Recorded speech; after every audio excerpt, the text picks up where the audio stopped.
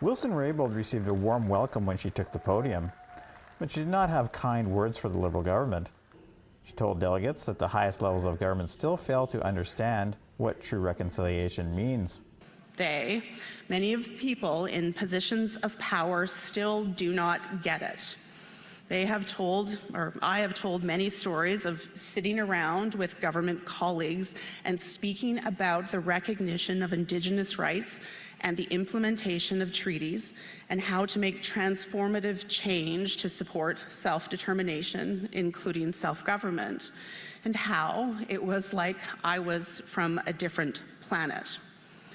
Terry Teague is the Assembly of First Nations Regional Chief for British Columbia, where that province is implementing its own UNDRIP action plan.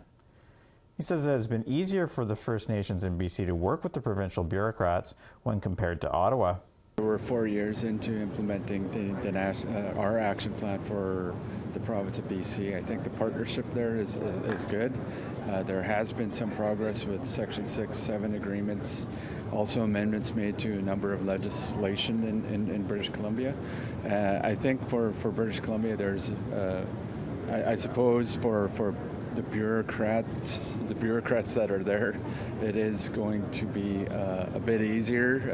In his address to delegates, Minister of Justice David Lametti said the action plan is flexible enough to incorporate changes that will work for all Indigenous peoples. The action plan itself is something we use as a process to work together, and we can address questions like redress through the basic principles that are articulated in the action plan itself. So again, I'm optimistic that this will be transformational in a number of different ways. In an interview with APTN News after her speech, Wilson-Raybould was asked if she will run for national chief. I mean, honestly, it hasn't been on my radar. Like, I was invited here prior to the whole resolutions around the national chief. I fundamentally believe in the work that our leadership across the country is doing. Later in the day, Crown Indigenous Relations Minister Mark Miller addressed the Assembly. He began by speaking out about the landfill crisis in Winnipeg. Miller again criticized the province of Manitoba for not funding a search. It's not fair to you, and it's not the right thing to do. So as a federal government, we absolutely commit to try, and we're ready and willing to help. We'll continue working.